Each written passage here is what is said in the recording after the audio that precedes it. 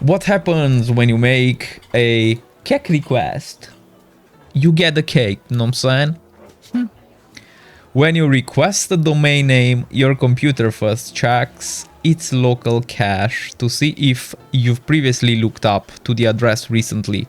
If not, a request to your recursive DNS server will be made. We make the request. Boof jumps into the Recursivione DNS server. If the first check is not in the local cache. A recursive DNS server is usually provided by your ISP, Internet Service Provider, but you can also choose your own. This server also has a local cache of recently looked up domain names. If a result is found locally, this is sent back to your computer and your request ends here. This is common for popular and heavily requested services such as Google, Facebook, X. Please update this. If the request cannot be found locally, a journey begins to find the correct answer, starting with the Internet Root DNS server. After the recursive DNS server goes to the root DNS server. The root server acts as the DNS backbone of the internet, which job is to redirect you to the correct top-level domain server. Depending on your request, if, for example, your request www.tryhackme.com, the root server will recognize the top-level domain of .com top-level domain, second-level domain, tryhackme, and refer you to the correct top-level domain server that deals with .com addresses. The top-level domain server holds records for where to find the authoritative server to answer the domain name system request.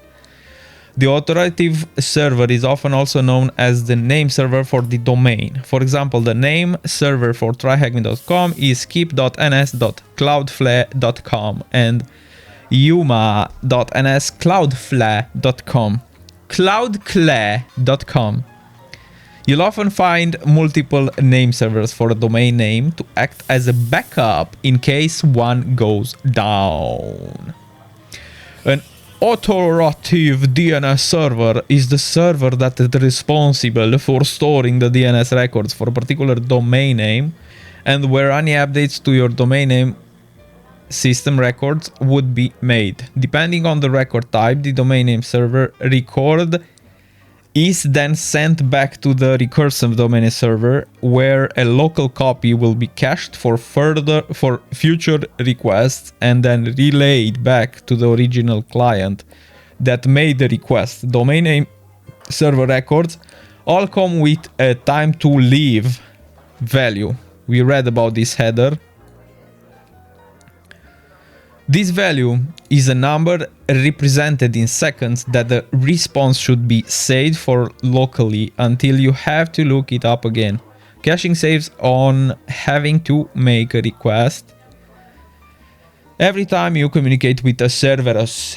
Okay, let's see. What field specifies how long a domain name server record should be cached for? Time to leave. TTL. What type of DNS server is usually provided by your ISP? The first one. The second one. Recursive. Actually, I think I have to say only recursive. Yes. What type of server holds all the records of a domain? This one. Authoritative. Authoritative.